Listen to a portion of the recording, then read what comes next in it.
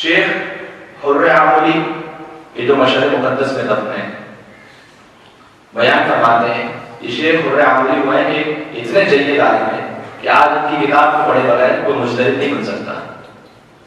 وسائل الشریعہ ہے انہوں نے کتاب لکھی, اس کے بغیر کوئی مجتہد نہیں بن سکتا.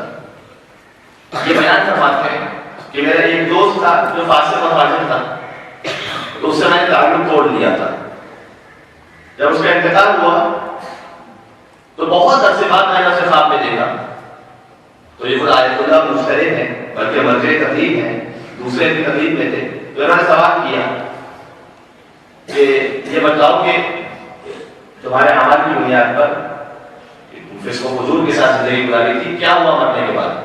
اس نے کہا کہ اب میں خیریت سے ہوں, اب میں خیریت سے ہوں, ورنہ شدید عذاب میں تھا. اس نے کہا کہ جب اب میں خیریت سے ہوں تو اعلیٰ شیخ حر عاملی نے سوال کیا, کہا کہ اب کیوں خیریت سے ہو, کیا ہو گیا ایسا؟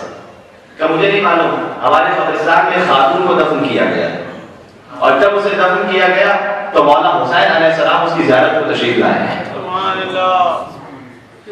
اس خاتون کی زیارت کو مولا حسین تشریف لائے ہیں اور مولا نے آ کر فرشتوں سے کہا کہ یہ خاتون اتنی باعظمت ہے کہ اس کے صدقے میں اطراف کی 40 قبروں سے عذاب کو دور کر دو.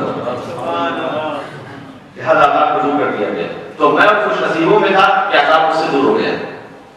شیخ حر عاملی فوراً اٹھتے ہیں اور قبرستان جاتے ہیں اور پوچھتے ہیں کہ یہاں پر کون سی خاتون کو دفن کیا گیا ہے.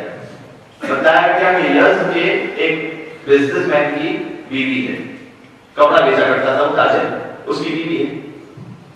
یہ وہاں اس کی مارکیٹ میں پہنچے تو دیکھا کہ سیاہ کپڑے لگے ہوئے ہیں جیسے کہ اس گھر میں موت ہوئی.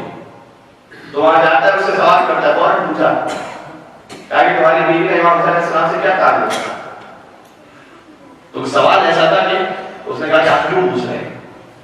اتنا سارا واقعہ بیان کیا کہ آپ کی زوجہ کی وجہ سے 40 قبروں کو اطراف میں شفاعت نصیب ہوئی. کیا ایسا تعلق تھا؟ کیا روزانہ وہ مجلس کیا کرتی تھی؟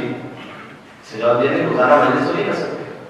کیا زیارت امام حسین علیہ السلام پر پہنچ جاتی تھی؟ کہا نہیں, ہمارے حالات ایسے بھی نہیں کہ ہم بار بار جا سکیں. کبھی وہ کیا کرتی تھی؟ کیا روزانہ اپنے گھر میں بیٹھ کر زیارت عاشورہ امام حسین پڑھا کرتی تھی. برائے خوشنودی سید الشہداء بلند صلوات.